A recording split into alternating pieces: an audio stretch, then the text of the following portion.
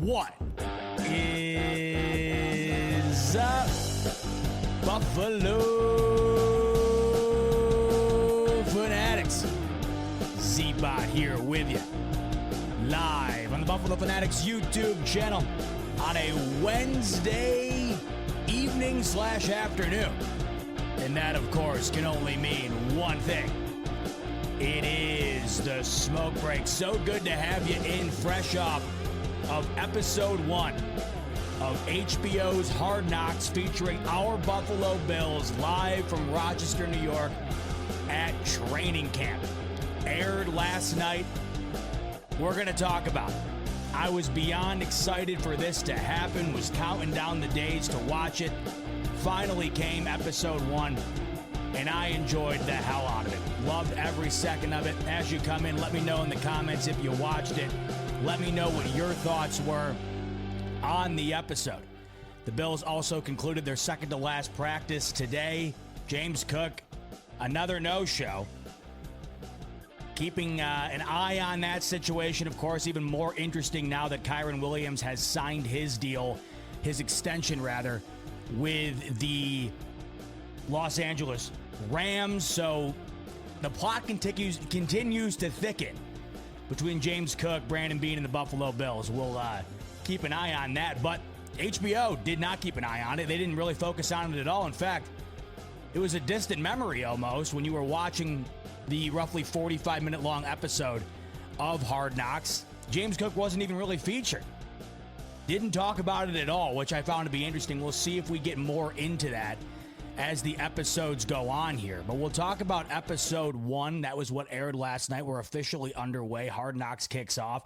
And that was the initial sign here, as we've gotten a few by now. Of course, training camp's almost done. We now have a Hard Knocks episode under our belt. The Bills kick things off in the preseason this upcoming Saturday against the New York Giants. So we are back. But HBO launching Hard Knocks last night really has you even more excited than you already were for the start of the season. So let's talk about the episode last night. Once again, on your way in, let me know if you watched it. Let me know what you thought. We got Zach Monday in the building, David Camp, Leanne is here, NV, Brandon. Good to have all you guys in as you are trickling in. Let me know what your thoughts were in the comments, what your favorite part was. It'll jog my memory a bit because I want to talk about a little bit of everything that we saw. And I think the HBO crew did a really great job of kind of showing a little bit of everything in the Monday night episode. Everything that you could have wanted to have seen right off the bat, I think, to set the stage of who the Buffalo Bills are and what they're currently undergoing and, the training camp situation in and of itself. Just thought they did a really good job encompassing everything. When it comes to Hard Knocks, we're so used to watching really bad teams on full display. And we get that underneath the hood look of poorly run organizations. And so we see a lot of dysfunction. This is the first time really ever that we've seen a top-end organization featured on this show. So it was kind of unknown as to what to expect. When you're going into watching these other versions of the show, other seasons of the show, you were kind of looking to see, like, are they going to be any better? More often than not, they have a ton of new players or a new coach, or they're coming off of a year where they were terrible and they're trying to revamp things. This is a whole different ballgame. What the Buffalo Bills showcased in the first episode was a top-tier organization and kind of gave you a look into what that looks like from the team's perspective. Of course, us being diehard fans, we know what it looks like from our end. We finally got to get a look at what it looks like from their end. And that's what I think I loved about it the most. My biggest takeaway when I was watching it was, I just love the Buffalo Bills. If you love the Buffalo Bills, then you enjoyed every single second of that episode. I know for the most part, when you're thinking about Hard Knocks, you're looking forward to seeing the drama, right? Maybe it would be the James Cook situation in this particular case, or maybe you're looking to see what's being installed offensively, defensively, the nitty gritty when it comes to the X's and O's. Maybe you're looking to see who's going to make the team, who isn't. Maybe that's coming down the line here in further episodes. Of course, we have a few more here throughout the month of August. But last night, that was not the case. What the first episode of Hard Knocks felt like was a love letter to the Buffalo Bills and to Bills Mafia. It just felt like a love letter. If it was only one episode and one episode alone, if that was a standalone single episode, they were not to do any more, I would be satisfied. Because it just felt like a perfect glimpse of the modern day era of the Buffalo Bills under Josh Allen. You got to get a look at everything. Josh Allen, of course, the ownership, Sean McDermott, Brandon Beane, this new wave of defense, the legends, of course, like Thurman Thomas being featured, the new stadium. You just got to get a look at everything that has to do with the modern day version of the Buffalo Bills. And we have episodes of Embedded, and we have the social media team. We've never been more in touch with sports or with organizations because of the surge in social media over the last 10, 15 years. It's just a lot different now. And Hard Knocks has been around for, I think, 20-ish years or so. So we're, back in those days, this was your only opportunity to really connect with the team. Of course, we have connected with the Bills in crazy ways that were never before thought of until social media became as prominent as it has. And I think that's why you feel like you know these guys so well. This nucleus of the team, Josh Allen, McDermott, Beane, it just feels like you're always tapped in because you have constant resources at your disposal, whether it's just coming on here and hanging out at the Buffalo Fanatics, all the other great channels who do content, the Bills themselves, the variety of different shows and analysts and coverage. There's just a million things. But this felt different. It was cinematic, right? You can get the footage from camp online, and you can read articles and read tweets and watch TikToks. This felt like a cinematic version of sort of a 45-minute movie of the Josh Allen era Buffalo Bills. And like I said, it really did feel like a love letter. Everything you love about the Buffalo Bills was re-emphasized in episode 1 of HBO's Hard Knocks. It took it to another level, and it featured it so perfectly. It really did feel like the crew working on this was really in touch with the fan base, because they gave you a glimpse into just about everything you could hope for in terms of how you personally connect to the team and to the city. They really embodied that exceptionally well. And I had read today that this HBO crew works on this show 16 to 18 hours a day.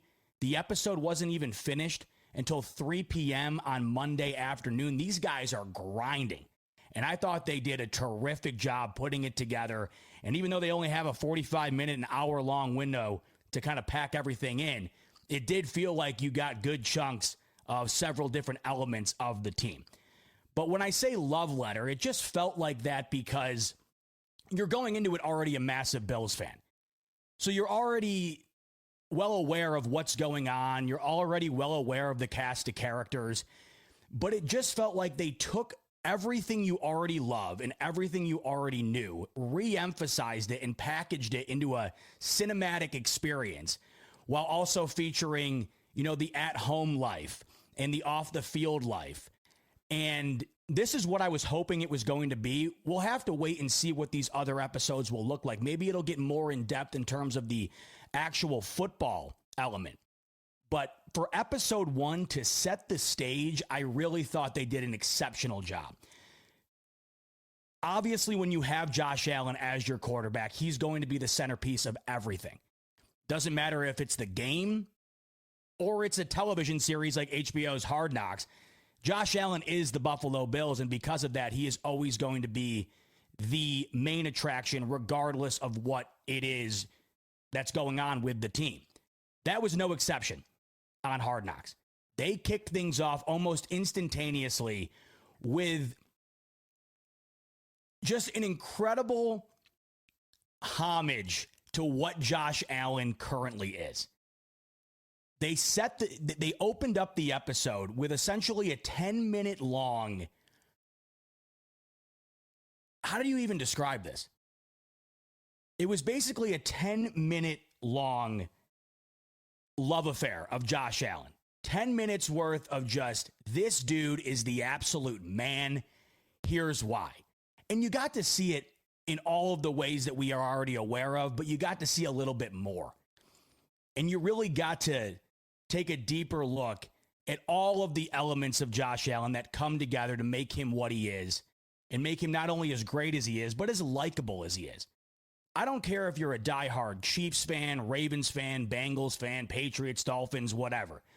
Especially a Dolphins or a Patriots fan, or really especially a Dolphins fan, nobody's been more on the short end of the stick during Josh Allen's career in Buffalo than the Miami Dolphins fans. I don't care where you sit.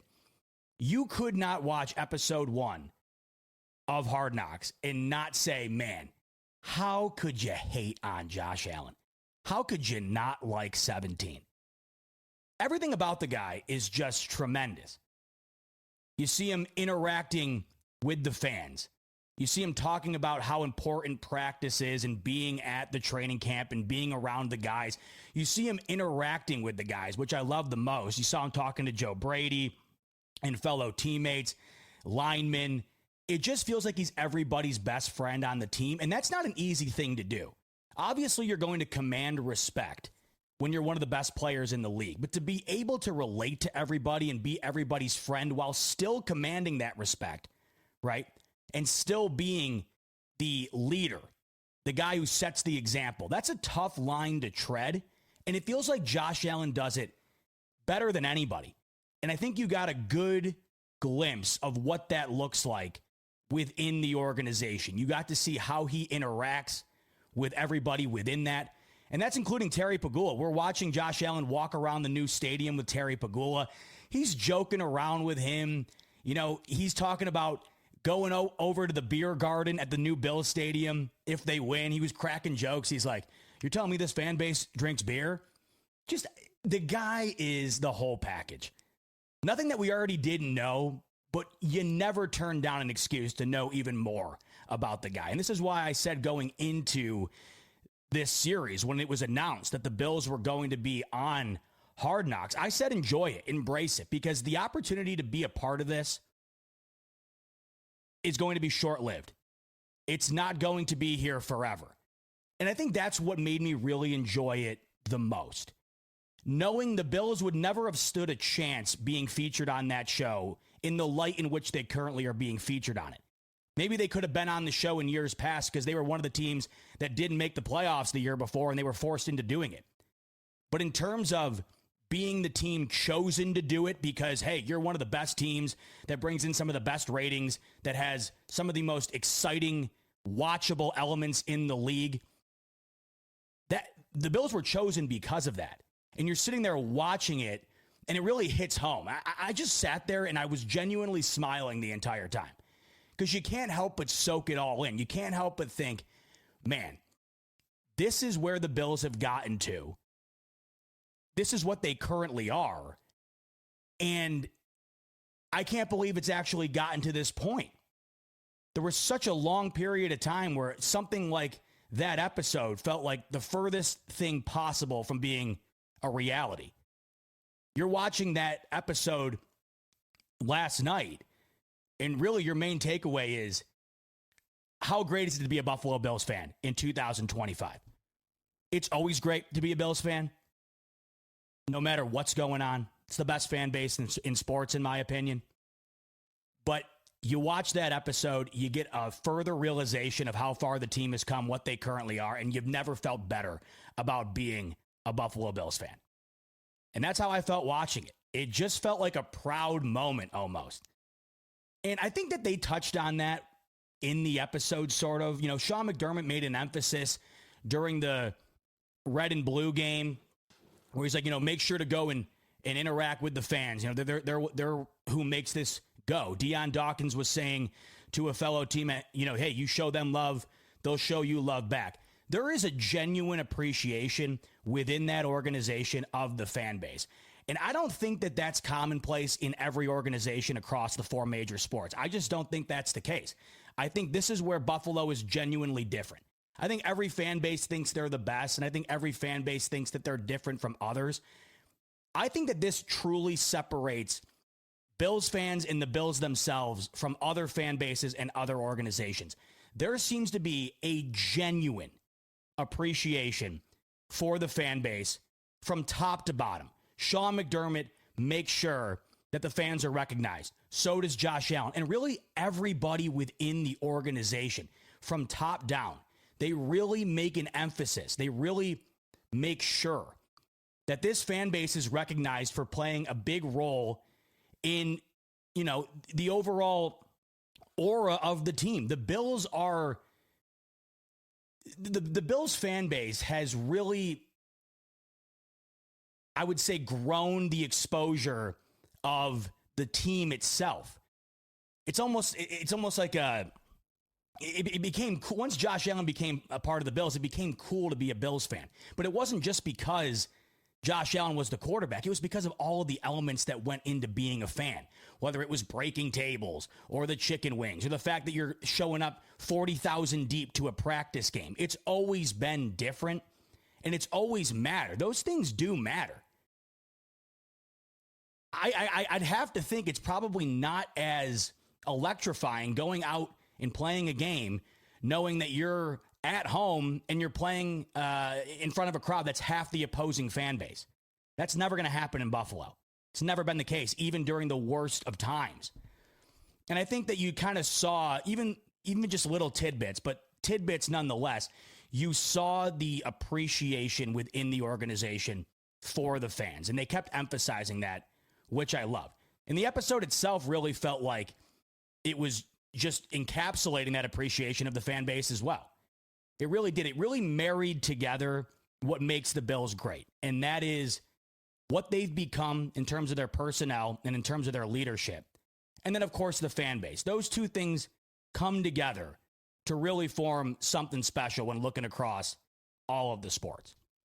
And like I said, I don't think that is necessarily commonplace.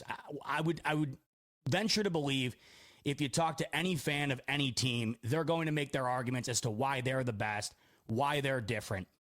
But I think deep down, everybody knows the Bills fan base is different. And I think you saw some of that in that first episode of Hard Knocks. But back to Josh Allen in particular. Watching Josh Allen just operate out on the practice field in slow motion to the tune of that epic HBO Hard Knocks theme song. Was that not just the best? To me, it's the little things that I like to enjoy the most at times, especially with these Bills and knowing what's going on, as Pierre always says, knowing who we have, kind of soaking those things in. You're just sitting there for what felt like 10 minutes watching Josh Allen just go to work to the tune of the HBO Hard Knocks theme song, and he's just going to town. He's dicing up the drill where you throw it into the mesh. He's just cooking on that, throwing balls to Josh Palmer, dicing it up and down the field, walking out in front of the crowd at Ralph Wilson Stadium with the red helmet on, and it just feels big. It just feels huge. And they did a really good job of showing how valuable Josh Allen is to the Buffalo Bills and to the city of Buffalo itself. I thought they did an excellent job of portraying who Josh Allen is and just how meaningful he's been to an organization and a fan base that has been longing for a player like that for nearly a quarter century. It can't be overstated. What Josh Allen has brought to the fan base, what he's brought to the city of Buffalo, what he's brought to the team. It was like crawling through the desert looking for a water bottle and you finally found a Gatorade jug's worth of water. That's what Josh Allen has been for the fans, for the city, and for the team. And you can never get enough of seeing that on full display. And you really saw that in a really theatrical way in that first episode. And I'm glad that they spent some time painting that picture. I think everybody by now, Josh Allen, of course, coming off the MVP, everybody by now knows the greatness of Josh Allen. And you marry that in with the popularity, the likability, the talent. You're a football fan. You're well aware of what Josh Allen's bringing to the table. But of course, when you're a Bills fan, it's just different because that's the guy. That's your guy leading the charge. And you can never really get enough of watching him go to work. And you can never really get enough of watching him interact with the fans, hanging out with the fellas, just doing his thing the way only he seems to be able to do it. And I love that. I think that the approach was always going to feature Josh Allen in a way that really propped him up on a pedestal. But the way that they did it, I thought was great. But watching Josh Allen throw it around the yard to that theme music was epic, was it not? It was just great.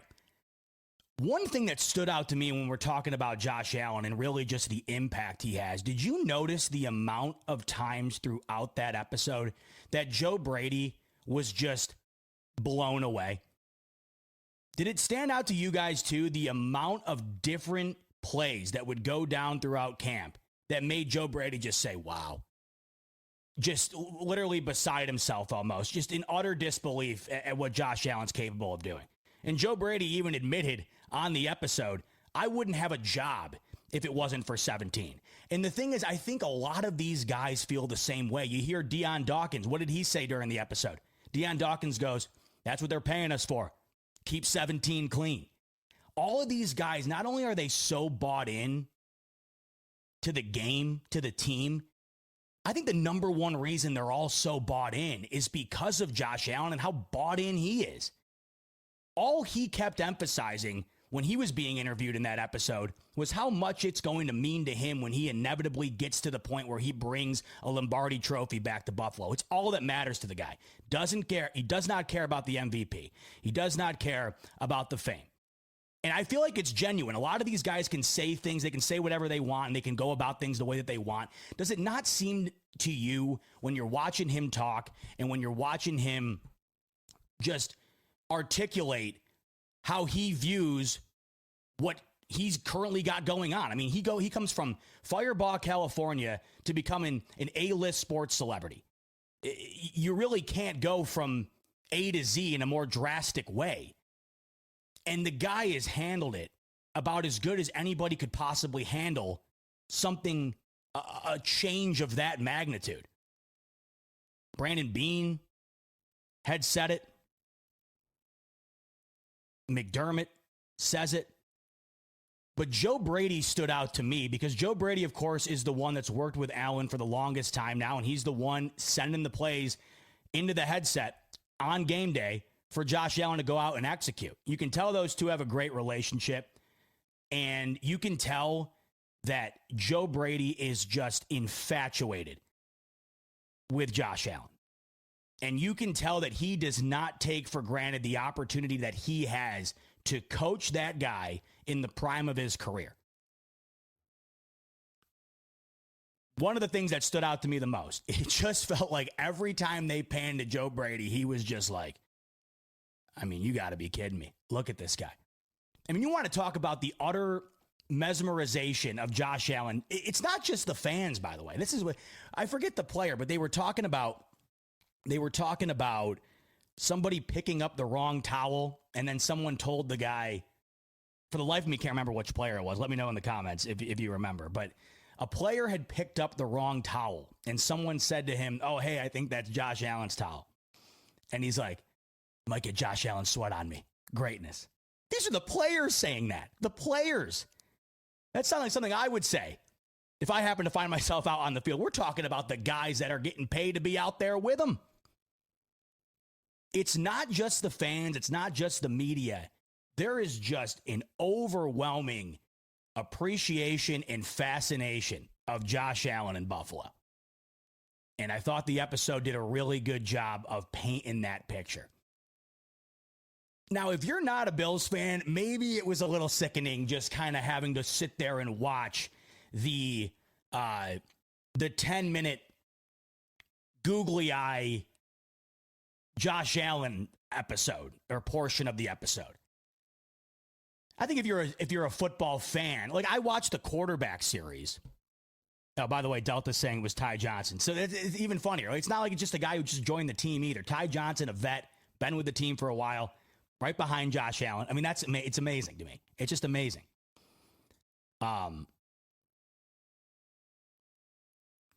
What was I saying?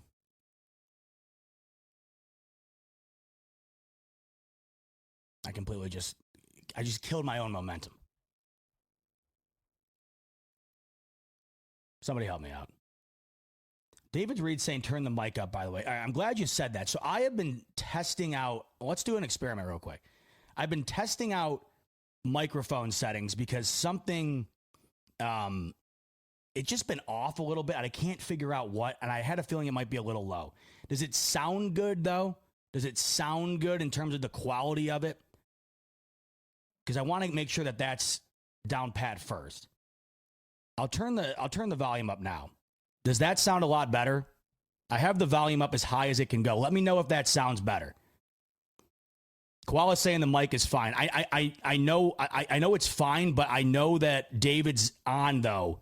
He's right because it is lower than usual. I've taken off some of the processing settings because I thought that it was messing me up a little bit. I noticed when I was going back on the pre-records, I was going back once I had it recorded and I had the raw file. I was noticing every time I started a sentence, it would cut off like the first word I said, and it was driving me insane. But I just cranked it up. I cranked the volume up. Let me know if that's better. I'm seeing in the comments that it is.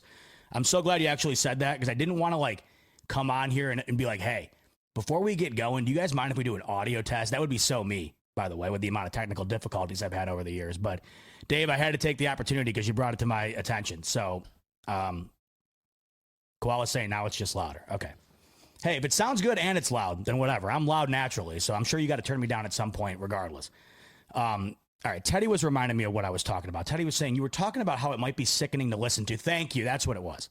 Thank you. It might be sickening to listen to the Josh Allen glazing if you weren't a fan and started bringing up the quarterback series. Thank you, Teddy. Beautifully done. Yes. So I was watching the quarterback series. Obviously, we as Bills fans have some disdain for the Cincinnati Bengals. Even though that they missed the playoffs last year, we still consider the Cincinnati Bengals to be one of the biggest threats to the Buffalo Bills in the AFC. The Bills have struggled against Joe Burrow and that offense every time they've gone against them. And even though they had a down year last year, that's a team that you see upcoming this year on the schedule and you circle it immediately. You do not care about what happened last year. That is a team that I don't want to say you fear, but you respect, and you know that when you go out there and play that team, it's going to be a dogfight, and it might be one of those games that the Bills drop on their schedule. If you're looking throughout their schedule and you had to pick a handful of games that the Bills could lose, you could argue that that certainly would be on that list. The reason I bring that up is because even though I have some contempt for the Cincinnati Bengals, especially after what they did to the Bills a couple of years ago in the playoffs, I'm watching the quarterback series, and by the way, I'm seeing it's really loud. Now I'm gonna split the baby here. I'm gonna go from where I was to the max volume, and I'm gonna put it in the middle of that. So I lowered it a little bit. I think that sounds better because, by the way, I had it at the max volume and my ears exploding listening to my own voice. But I'm watching the quarterback series, and I could not help the entire time I'm watching it. I'm just thinking to myself, man, I don't know how you couldn't like Joe Burrow. I really don't. I mean, yeah, maybe you think, oh, I don't like the whole fashion thing. I don't like that he's wearing, exotic clothes and he's got a huge jewelry collection. Too flashy of a quarterback for me. Or maybe you don't like that he comes across cocky or whatever. I don't care about any of that because the guy's a genuine dude. You could just see him sitting down with his parents, how much he respects his parents, in particular his mother, the relationship he had with her, and just how good of a dude he seemed to be. For, as famous of a guy as he is with the amount of success he has had all the way back to his senior year at LSU, beyond likable. So I really I like to separate when I'm watching stuff like this, my disdain for the team and then the players themselves. I mean, I even go back to watching the Tom Brady documentary and the Patriots documentaries. Nobody dislikes the Patriots more than the Buffalo Bills fan base. I don't know how you couldn't have watched that series and just not have been like, dude, this is insane. Like just watching this dynasty go to work and do what they did. Granted, you were like sick over the idea of it happening and having to relive it. And of course, it always being at the Bills' expense multiple times a year. But there's no way you couldn't tune into that and not just say, what can you do? I mean, this, you got to respect it. I don't know how you couldn't watch Josh Allen on that first episode of Hard Knocks and say anything other than, man, Josh Allen's, he's the dude. He's the guy. If you watched that episode of Hard Knocks and walked away saying, I can't stand Josh Allen, you're just a hater. You're just a hater. You couldn't give me one logical reason as to why you feel that way. You could not do it. And luckily for right, I would say right now, has it ever been a better time to be a sports fan in terms of the likability? I was thinking this when I was watching that quarterback series, even beyond Joe Burrow. I thought Jared Goff was really likable. I thought that Kirk Cousins, I mean, we already knew he was likable, but he's even more likable than you could even fathom. The guy's a pro athlete. He feels like a guy that would just be your neighbor, a guy you'd talk to when you're out mowing the lawn and he's watering the plants. It feels like all of these guys in the league right now are just so likable, especially the big stars. I mean, I know Patrick Mahomes, nobody dislikes the Chiefs and Mahomes more than us, right? But it's hard to get on Mahomes' case. He's had like one slip up his whole career when he said to Josh Allen after losing the game, I can't believe that they, threw a flag when they were offsides on the game-winning play there. I mean, other than that, for being as famous and as big of a star as Patrick Mahomes is, that's why it's so hard with the Chiefs. It's like Andy Reid. How could you not like him? Patrick Mahomes, he's done nothing but carry himself exceptionally well. It's so hard. You hate the team. It's hard to hate the guys. And that's why I don't know how you could watch that episode of Hard Knocks, watch Josh Allen, not only the talent, but of course the off-the-field attributes that are, to me, as important as anything. When you are the face of the organization, the leader of the team, the intangibles are almost as important as the tangibles. And I would argue that Josh Allen is good at the podium as he is out on the field. And you saw that. They really blended together how good Josh Allen is with his teammates, with the fans, with the higher-ups of the organization, and, of course, how great he is out on the field.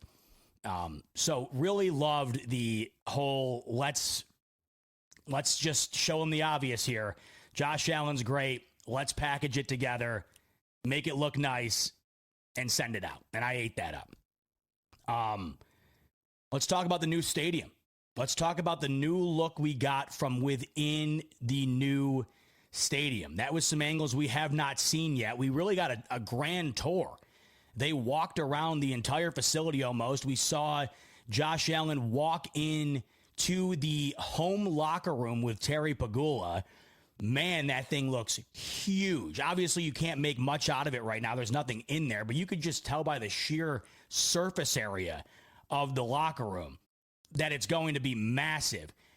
There seems to be no stone being left unturned with that stadium, and I thought it was fascinating when they were out on the field talking about the impact the wind could potentially have on a game based on how the stadium was built.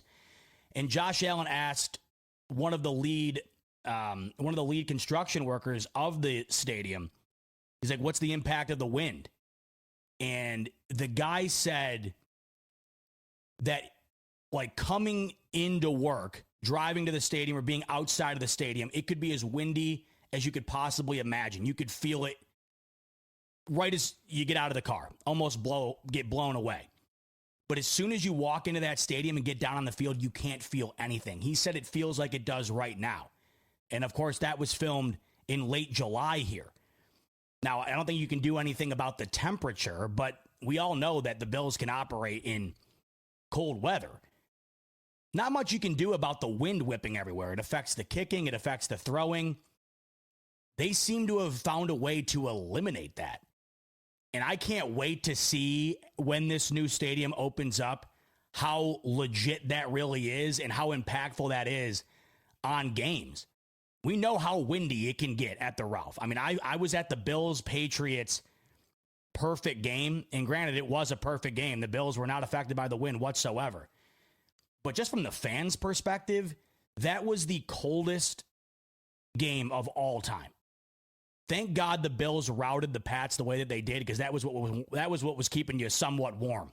And it was a lot to do with the wind. You guys know when you go into the Ralph, it's not the temperature really that has you freezing. It's the wind whipping at you constantly that just makes it unlike any. Buffalo Fanatics, what's going on? This is Pierre the Kingpin, and I wanted to talk to you today about Cigars International, which is the ultimate destination for premium homemade cigars. Known as the industry leader, Cigars International offers the largest selection, unbeatable prices, and a customer service experience that's second to none.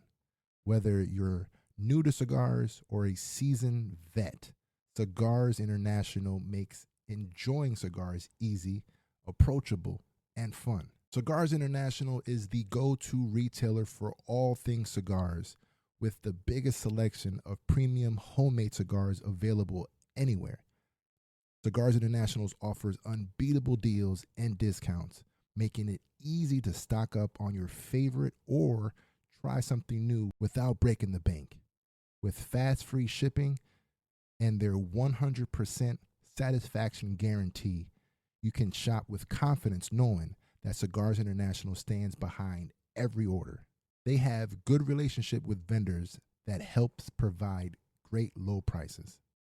Whether you're new to cigars or a seasoned pro, Cigars International makes it easy to find the right cigar with helpful guides, staff reviews, and expert advice. It's not just about cigars. Cigars International also offers a wide range of accessories and more to elevate your smoking experience. Check out the great deals every day at cigarsinternational.com. That's cigars, CIGARS, international.com. Use code FANATICS at checkout for 20% off your order of $50 or more, plus free shipping. Or visit www.cigarsinternational.com/fanatics, and the discount will automatically apply. Again, use code FANATICS at checkout for 20% off your order of $50 or more, plus free shipping. Or visit www.cigarsinternational.com/fanatics, and the discount will automatically apply. Anything else, it just takes it over the top. So from the fan experience, that seems like it's going to be a major upgrade. And then for the kicking game and for Josh Allen, how could it not be an upgrade? Wind in Orchard Park, New York, no longer going to be a major factor. I thought that was crazy. And I've heard about this. I've heard reports about this as the stadium's been built. But when he said you could be outside the stadium, it could be whipping wind and you could feel it like you'd always would, and you come down onto the field and you can't feel it at all, I thought that was crazy. Divine coming in with a super chat. Divine saying, have to make this quick. I'll be listening tomorrow during work. Loved the first episode. Definitely think I want more football for episode 2. Go Bills and have a good night. I'll appreciate you, Divine, for stopping in while you could. Appreciate the super chat. And we'll see you on the next one live. I know this is kind of an odd time, that different than usual. You bring up a good point, though. You said you want to see some more football next time around. And I think that we're going to get that. I don't think that the HBO crew is going to be able to repackage episode 1 for another 3 episodes. They can't just continue to show how great Josh Allen is and funny aspects of players on the team and then the fans and a couple of off the field antics and then move on. They're going to have to get into deeper stuff just from a content perspective. You're only going to be able to repeat so much. So they're certainly going to get into that, I would imagine. And I saw some people that weren't necessarily pleased with the episode overall just because it kind of did lack that football element. From a non-Bills fan, I could understand that. You know, if you're not a fan of the Bills, I could understand tuning into that last night and being like, man, this is just a Buffalo Bills love affair. This is 45 minutes of, hey, look how great the Bills are and their fans are and Josh Allen is. I could understand that. And you were probably hoping to see a little bit more of the X's and O's, a little bit more of how the sausage gets made out on the field. But from the Bills fan perspective, which we're all coming from, I just loved the way that they went about it. And like I mentioned earlier, I think it was a great stage setter. This is a multi-episode series, and I think it really did a good job of setting things up for where they're going to go from here. It's not going to be that every single week, but what they were able to do is kind of give Bills fans a even deeper look and an even more appreciation for the team. And they gave non-Bills fans kind of an idea of what the Bills are, what the culture of the team is, what the overall vibe of being a Bills fan's like, and then they're going to move on. I think it did a great job of hitting both areas. I could understand if you're not a Bills fan, maybe not loving that, but you can't say that it didn't do a great job of kind of painting the picture of the modern day Buffalo Bills from the fan perspective and the team perspective. I'm sure they're going to get into more football stuff. I mean, I can only imagine. But anyway, the stadium looks great. It was cool to see Terry Pegula walking around with Josh Allen throughout it, and it's amazing the progress that they've made on it. And I just can't wait to see it. I really can't. I haven't been up there since the Broncos wild card game, but just from January to now, which has been a decent amount of time, 8 months, just a drastic difference in how far along it's come. And my God, this time next year, it's going to be ready to rock. So it's always cool to get a different perspective on what's going on at that stadium. They did mention that there's going to be that beer garden. I don't know what that's going to look like. That sounds awesome. I mean, that sounds great. Right now, you know, you go to a lot of these stadiums across the different sports throughout the country here, and there's a lot of crazy offerings. You go to the Ralph, and I love this about it, but it's just as simple as you could possibly have. And I do love the simplicity of it because you're there for football. You're there for football. You're not there to mosey around the concourse and, you know, get a little bit of food at this station. Oh, we got to go check out the other food station. That to me is what going to a baseball game's for. We can go spend 2 innings getting food at this concourse, go upstairs and get food there. Oh, we got to go try a drink on the 3rd floor. By the time you get back to your seat, you miss nothing. You can't do that at a football game because even if you go to get 1 beer, you could miss the game-altering play. That's why I almost never leave my seat during a game unless it is at halftime or I have to go to the bathroom to the point where I got to go. I got to leave the seat. Other than that, I'm never leaving my seat because you just can't risk it. Every play in football is just so important, especially when you're at a game that is super competitive throughout. You just don't want to miss a thing. But it might be a bit tougher to remain in your seat at this new stadium because it seems like they're going to have a lot of those additives that all the new stadiums do. And they did mention the beer garden there. And I don't know what that exactly is going to look like, but the current iteration of the Ralph that's been erected for 50 years now certainly doesn't have a beer garden in it. So we'll see what that looks like. And I've been to some beer gardens that are standalone, of course, like regular beer gardens. Rochester has one. That's awesome. They're great. So I guess the idea, if they did build it in a location where you're able to watch the game from it, I mean, that could be sweet. That could be sweet. So we'll see. Dion Dawkins, you knew Dion Dawkins was going to be a center point. How could he not? He's one of the, Dion Dawkins is like the core heart and soul of the Bills. I think he does such a great job of representing the Bills in a humorous, lighthearted, and likable way. This is why Dion Dawkins will always be one of my favorite Buffalo Bills, because I just think he embodied the team, what and kind of, you know, who they are, what the fan base is. He just represents Buffalo so well. I've always thought that. Such a genuine guy. So likable, so interactive, just so fun, really. A guy that you love to have on your team, especially when you're out on the field doing the work he does in such a great way. You add on top of that just how fun he is to watch off the field, on top of being a Pro Bowler on the field.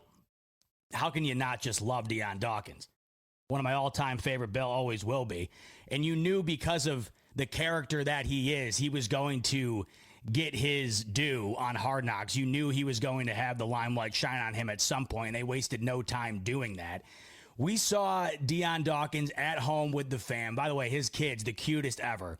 Hilarious. And I can only imagine how fun it must be to have Dion Dawkins as a dad. You see how he interacts out on the field and on the sidelines or whatever else. I can only imagine how fun it is to interact with his young kids. They probably love him. He's dancing around. He's doing all these crazy antics or whatever. The craziest thing of all is that Dion Dawkins despite being an offensive lineman, is into all of these action sports. And I remember when I had interviewed him one time in person, I was talking to him about this because I don't think I've ever heard of another football player, much less another offensive or defensive lineman. Just the guys that are known to be the big men out on the field, just going to battle. I've never really heard of another football player or another lineman be into the type of things that he's into. I think this is what makes him so unique. He loves to skateboard. They didn't really feature that, but he loves to skateboard. He's into like a ton of action sports. And the one that they highlighted, drifting. So Deion Dawkins had this super cool garage with all this signage around it, featuring, the Schno emblem everywhere. He had a painting of himself on the garage. It said Schno Automotive. The car he had said Schno on it. I mean, I knew he was into stuff like that, like motorsports and action sports and whatnot. I didn't know that he, on the daily, was hopping into a NASCAR and just going 100 miles an hour around the bend. That was wild to watch. He's throwing the kids in the seat, whipping around the thing. They're loving it. But he said he does it daily. It's like his therapy away from football. It kind of helps him decompress. And there's a lot of ways you can decompress. I wouldn't have imagined that hopping into a NASCAR and going about 100 miles an hour, drifting around the corner would be one of the ways to decompress, but it seems to be working for Deion Dawkins, and that's his favorite way to kind of take his mind off what's going on out on the field. That was crazy, though, wasn't it? I mean, you're watching that, and you're like, man, I'm glad Deion's got a good handle on this, because I couldn't help but wonder. I'm like, man, does the organization know that he's doing this? Like, because he is whipping around on that thing. I think from what I could tell, it felt like the camera angles were making it seem like it was a lot tighter than it was. I got to imagine that that's a pretty open space. But do you really know of any other athlete at all that does stuff like that? And for whatever reason, I just didn't anticipate a lineman doing that. Just feels like linemen are linemen, right? They're just the trenches guys. That's what makes Deion so unique. He's into so many different things. It was really cool that they showcased that. Got to take a look at, his family, which was awesome, because obviously Deion, one of the more likable Buffalo Bills players of all time. Speaking of likability, speaking of one of Bills Mafia's favorites, Tre'Davious White. It was so great to see Tre'Davious White featured on the first episode of Hard Knocks, because it was so great to just see him back with the Bills. And you could tell how excited everybody was to have him back. Brandon Beane telling him how great he looks. He goes to the Pittsburgh Dairy, and all the fans coming up to him, so great to have you back. Deion Dawkins brings his kids up to Tre'Davious White. They're calling him uncle, right? Tre'Davious White says to one of Deion's kids, I used to change your diaper. This is home for Tre'Davious White, and I think that matters a lot. Trey White gets hurt. Bills unfortunately have to move off of him. Bounces around from the Rams to the Ravens, trying to get healthy. Winds up back in Buffalo. I don't think you can overstate the impact that being in a place where you're comfortable has on your overall mentality and your life in totality. Being in a place where you're comfortable, being in a place where you want to be, you're inspired to be, it brings the best out of you. And I think that this is why we are seeing throughout training camp here the resurgence of Tre'Davious White. We are seeing Tre'Davious White emerge into a player that was considered to be a guy that might be on the way out in terms of his career, to a guy right now that is looking like he is going to win the cornerback 2 spot on this team. When the Bills initially signed Tre'Davious White in the offseason, to me, it felt like a feel-good story. It felt like what they had kind of done with Micah Hyde last year. Let's bring Tre'Davious White in, 0 expectations. He's a hell of a locker room guy. He's a fan favorite. Everybody loves him, and it can't hurt to have depth at the position. That's what it felt like to me. That is not the case. Tre'Davious White has shown up and balled out throughout the full duration of training camp. And when you factor in Maxwell Hairston unfortunately getting hurt, it feels like as of right now, Tre'Davious White is going to be manning that cornerback 2 spot, and it doesn't feel like something that you're concerned about based on everything we've heard about him through the 2 weeks at St. John Fisher. If you just found out today that Tre'Davious White was on the Bills and you knew about his stint in Baltimore, in LA, and then I told you Tre'Davious White's going to be the starting cornerback 2 for the Bills, you'd probably be concerned, rightfully so. Because, of course, it's just not what it once was when he was in Buffalo, an all-pro level, a first-round draft pick that wound up meeting that expectation. I think being back in Buffalo for Tre'Davious White has brought the best out of him, and because of that, you are now getting the best play that he has exhibited. And I understand it's practice, but this is as good as Tre'Davious White has looked in some time. And I genuinely think it has a lot to do with him being back in Buffalo. Of course, he's as healthy as he's been in a long time. That's the key.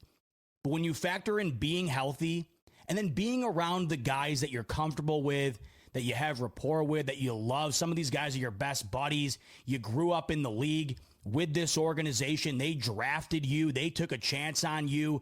They got you into becoming an all-pro. It's got to feel like you're home. You know, you ever go away for a long time and you come back home? Oftentimes, you know, it's funny, like you grow up at home, you go away to college. And when you're growing up at home, you're like, man, I can't wait to leave here and go to school. I can't wait to leave the nest, go to college. Then you're at college for months. You come home for winter break and you're like, man, I love it here. I love it here. I shouldn't take for granted my time that I spend here. I no longer live in Rochester, where I grew up and where my parents are. Every time I go back, I'm reminded of how great of an area I grew up in. At the time, you don't really think about it. At the time, you don't think, oh, this place is great. They got everything. I love it here. You don't hear a lot of times people say, unless you're living in like a really cool place, you don't hear people constantly sputter or you don't hear people constantly say, oh, I just love living here. I just love it. I love it. When you're growing up, just where you grew up. I don't think you get a true appreciation for where you grew up until you leave. I don't think you get a true appreciation for where you grew up until you leave and come back. Tre'Davious White grew up in the NFL in Buffalo, unfortunately had to leave, comes back, and I think that he is beyond appreciative of being back. And I think the inspiration that he has kind of garnered from being back has really fueled him, along with being healthy again, into becoming a guy that could be very impactful for this Buffalo Bills defense in 2025.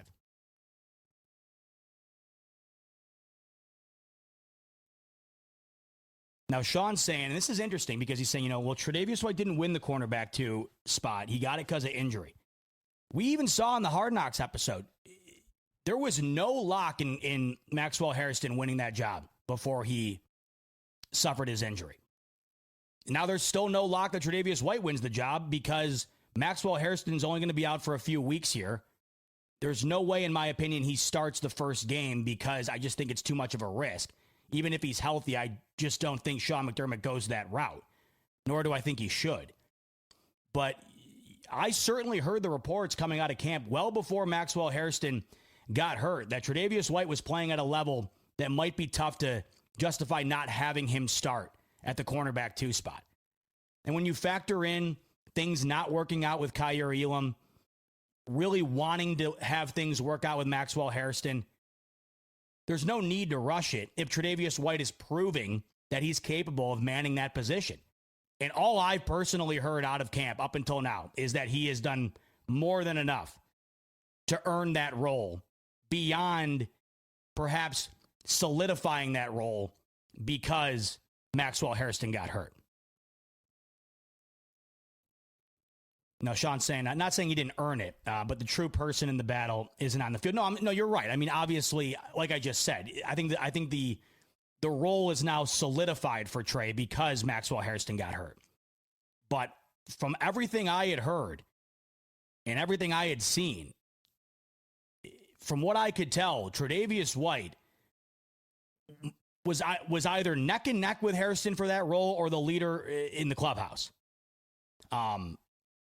And regardless, by the way, this is the whole benefit of bringing Tre'Davious White back already.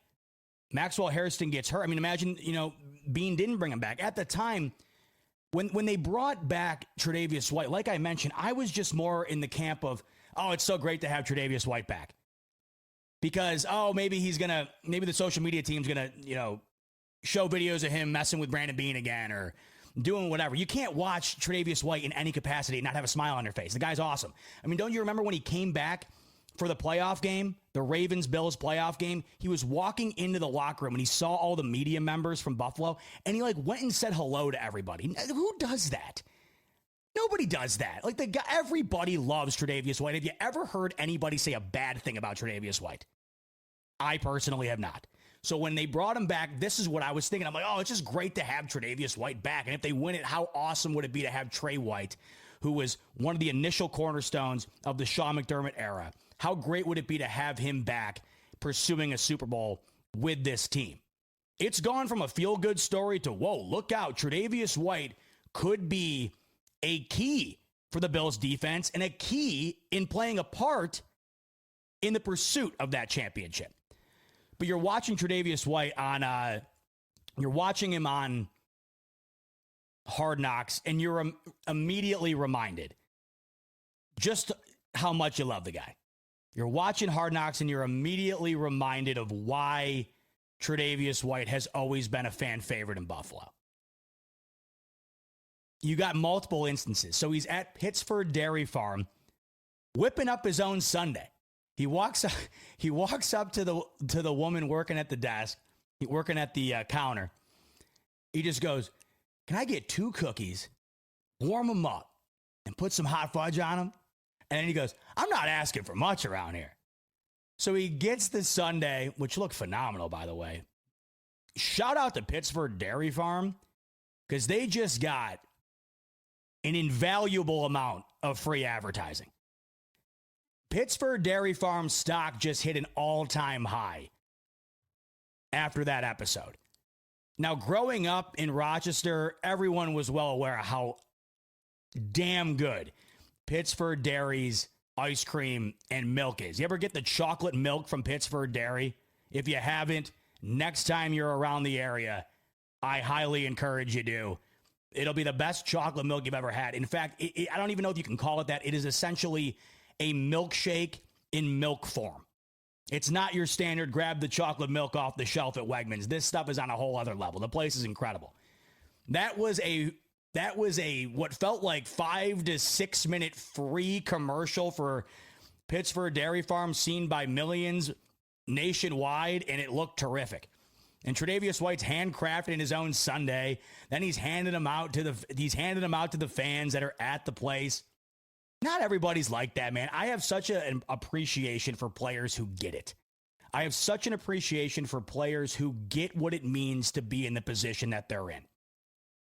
The NFL would not be what it is without the fans. It is the most popular sport in the country by a Grand Canyon margin, and it's only getting bigger and bigger and bigger. And that is because of the fans' insatiable desire for nothing but football year round. The passion that NFL fans have is unlike any other, and the size of that overall fan base is massive. And I love when players get it. They get that the reason why their games are getting viewed by 30 million people and the seats are selling out every week and the salary cap goes up every single year and their paychecks are getting bigger every single year is because of the ever-growing fan base. They get it. And because they get it, they show appreciation. And I think that you have to have that within you. I mean, maybe you can be taught it, and I think you could fake it. You certainly could, and I'm sure people do. But you can oftentimes tell when someone's kind of going through the motions and faking it, or when someone just really enjoys it, just genuinely enjoys interacting with others. That's Tre'Davious White. He just loves it. You can tell. You're watching him squirt the water bottle with the little kid on the field, interacting with Deion Dawkins' kids, handing the sundae out. He's just a character, man. And it's so great to have Tre'Davious White back. And I'm really hoping that what we've seen thus far through camp ends up translating on the field. Because not only is it great to have Tre'Davious White back as a Buffalo Bill, it would be infinitely greater to have him back on the field being impactful as a Buffalo Bill. And hopefully we see that coming up here in 2025. Up until this point, we've been given reason to believe we have a good shot of seeing that.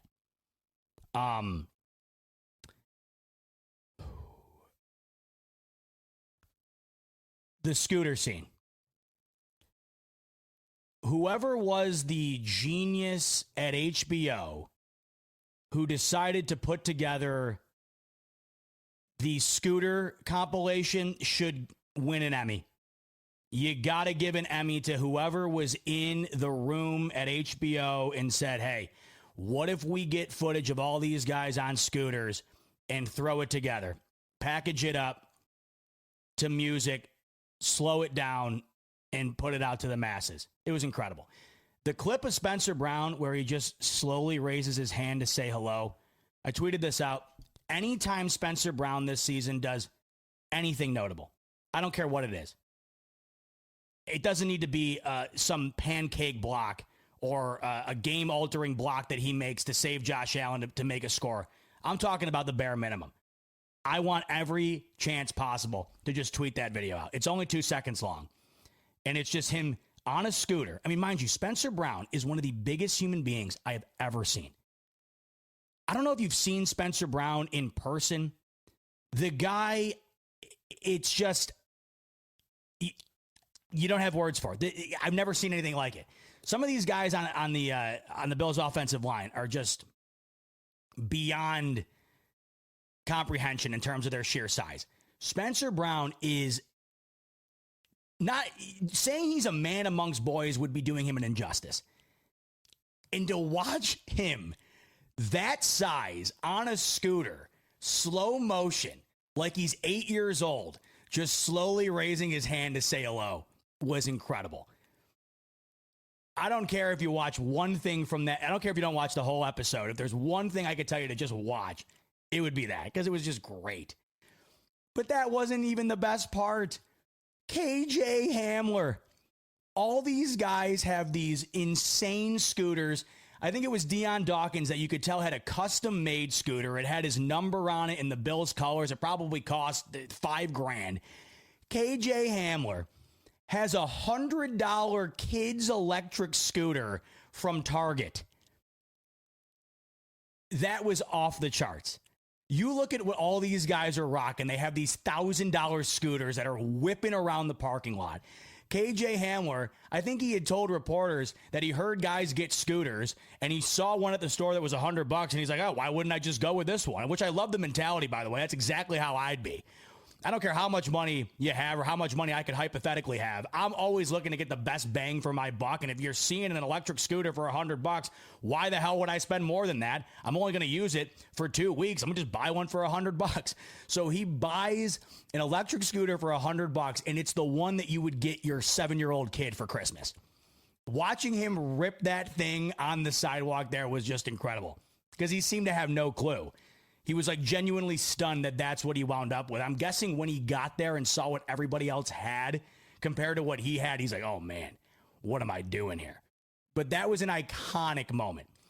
I mean, you want to talk about a moment that I think all Bills fans will remember. KJ Hamler with the kids scooter on Hard Knocks. I mean, he had a couple of doozies on the episode. He had the kids scooter, and then he brought the pregnancy pillow.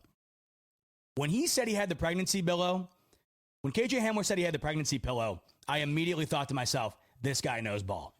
Because obviously right now, Caroline, about to be 27 weeks pregnant on Monday, she has a pregnancy pillow. I don't know if you've ever slept with a pregnancy pillow. It's night and day. It's essentially designed to be another human being in pillow form. Like it's the size of another human in pillow form, and you kind of just cuddle it. You morph around it. It's incredible. Night and day. And I just thought, I'm like, man, this guy gets it. This guy's a pro sleeper. He's a vet. He knows what he's doing. because I didn't know, I had no clue about the pregnancy pillow until Caroline got pregnant. You think I knew about that? What the hell reason would I have to know about that? And she's like, oh, we got to get this thing. Granted, Caroline, she's watching TikTok, and every time she watches a TikTok, all of a sudden we got to get this, we got to get that. God bless her, Caroline. She's the reason why TikTok Shop, I think, it does as well as it does. But she was not kidding. She's like, we got to get one of these. We got one, and she's lucky she even gets to use it because of how much I like it. And when she's out or whatever, she's working late or whatever, that's mine. I love that thing. So that was awesome. I think that's the vast majority of it. Overall, I absolutely just loved the episode from top to bottom. Once again, it just felt like a love letter. It felt like a love letter to the Buffalo Bills and to the fans. It did a great job of displaying the greatness of Josh Allen, not only on the field, but off of it. Did a great job of giving you the vibe of the Buffalo Bills that all of us fans already knew, but have no problem in knowing more. And, fans of the NFL who aren't as engulfed with the Bills as we are, they got to get a look at it too. I thought it did a really good job of showcasing Rochester, which was great.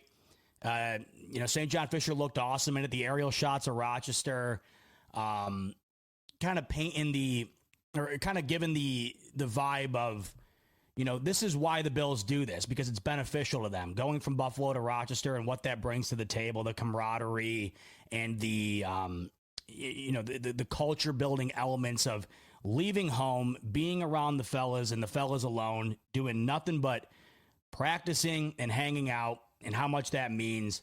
It was just cool to see my hometown on HBO too. That was awesome. And to see, Pittsburgh Dairy on there, and